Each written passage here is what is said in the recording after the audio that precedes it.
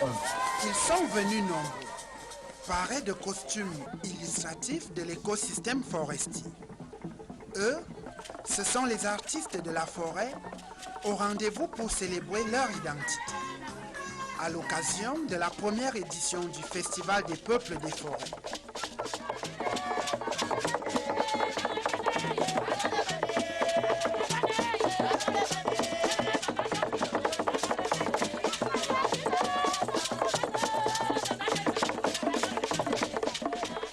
C'est la ville de Doumé, dans la région de l'Est Cameroun, qui a accueilli du 23 au 25 août 2013 ce projet culturel pittoresque et coloré, mis en scène à partir d'un défilé de festivaliers venus de plusieurs villes du pays, mais particulièrement des départements de la KDI, du Oignon et du Lom-et-Djeren. Il reçoit les flambeaux de main de la présidente Dr Leonti Kamba.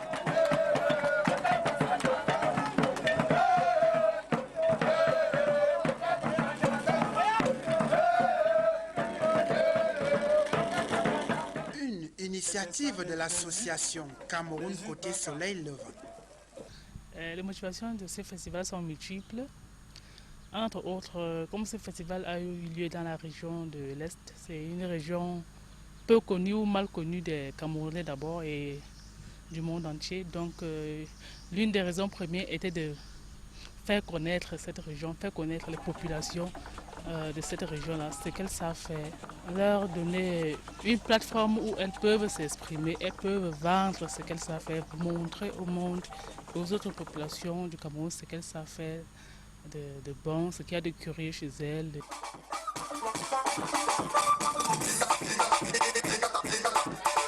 La rencontre est un véritable cocktail artistique dont un des temps forts est le concert de musique organisé dans la soirée du 23 août et qui a vu la participation de plusieurs artistes locaux, au rang desquels Dr Joké, Dob Sambeni, Mero Balkissou, Thierry Dilan et son groupe le Bantou Air, ou encore la déesse des bois venue de Batouri.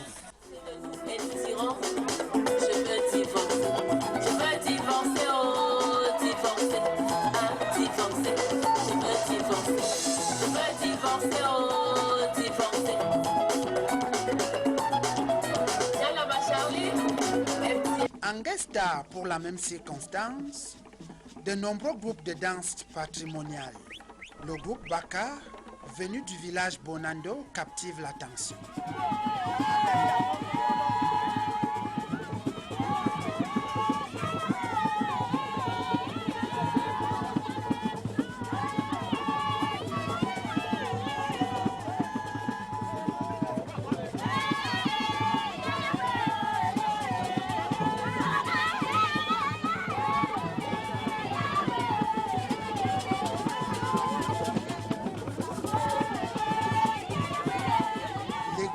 AJEM de Palapoam, Essayons voir de Doumé et les guerriers Sirtambartois de Bertois marquent les esprits.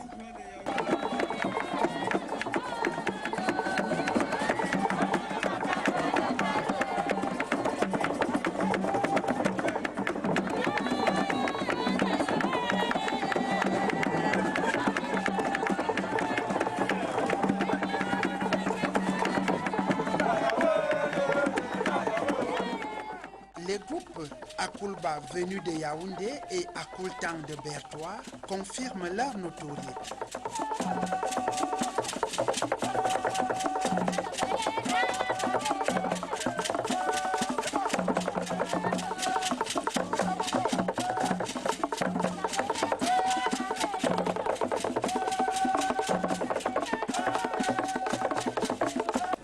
Les autorités locales et une foule de curieux rehaussent de leur présence les festivités soutenues par des rencontres sportives et une exposition des produits artisanaux et des symboles locaux, dont la case pygmée. Cette case, c'est dans la tradition Baka.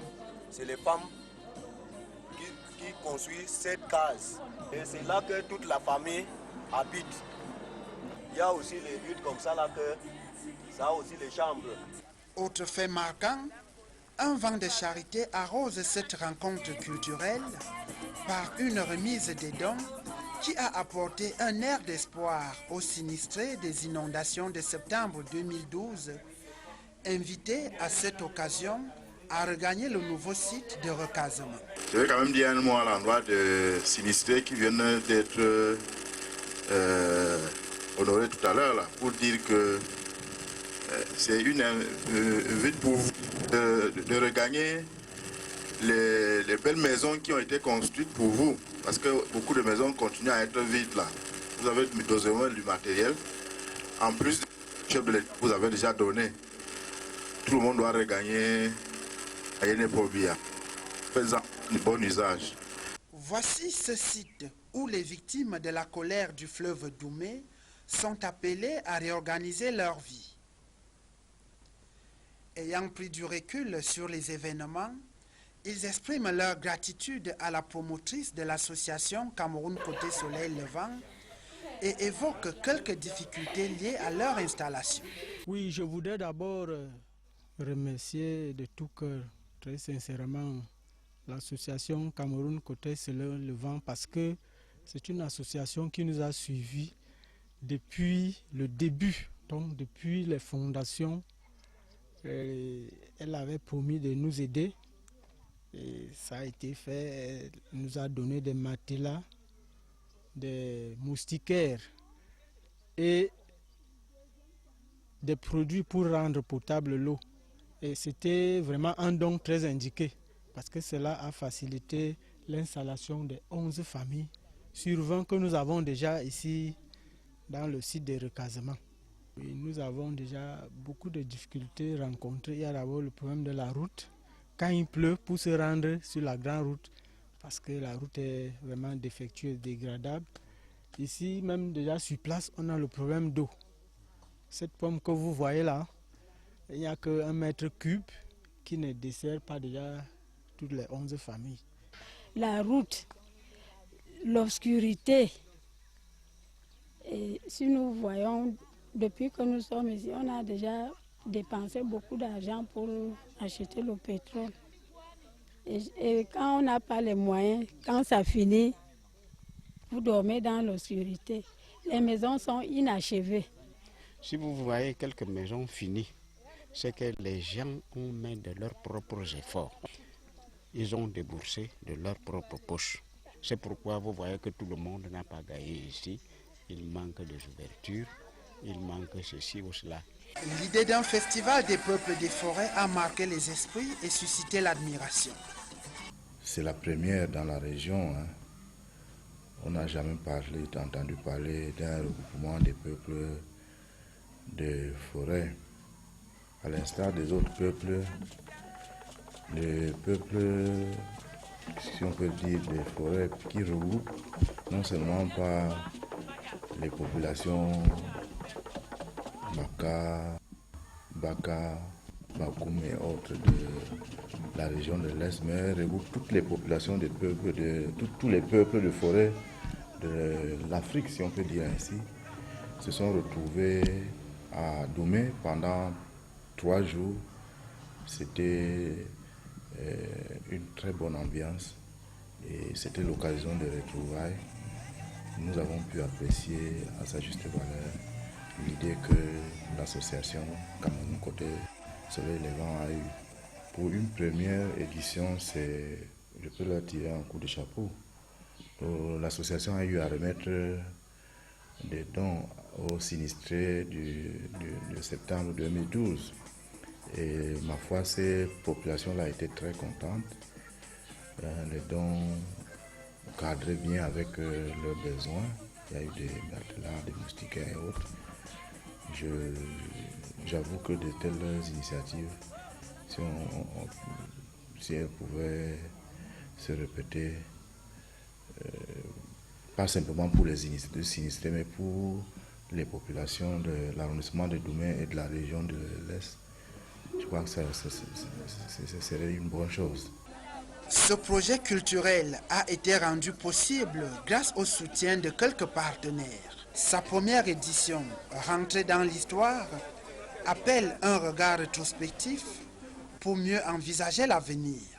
Au terme de la première édition, le sentiment est satisfaisant. Les populations ont accueilli le festival avec beaucoup d'enthousiasme, mais on s'est rendu compte quand même qu'elles n'ont pas très bien compris les enjeux du festival, parce qu'elles venaient beaucoup plus pour la fête et n'ont pas très bien compris qu'il fallait qu'elles viennent avec des choses de leur propre culture, des produits du terroir où elles pouvaient vendre pour se faire de l'argent.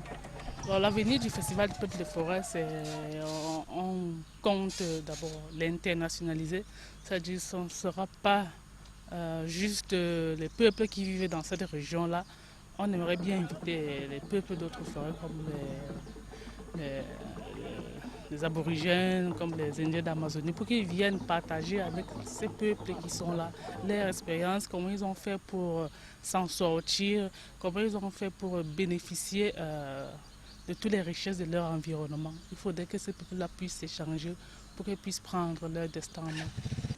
Pour son premier coup d'essai, le Festival des peuples des forêts a laissé l'idée d'un rendez-vous culturel qui sera certainement dans les prochaines années parmi les plus captivants sur le triangle national. La deuxième édition de Bertois, ce serait l'apothéose. Nous allons montrer au peuple, au monde entier, les valeurs traditionnelles de la région de l'Est.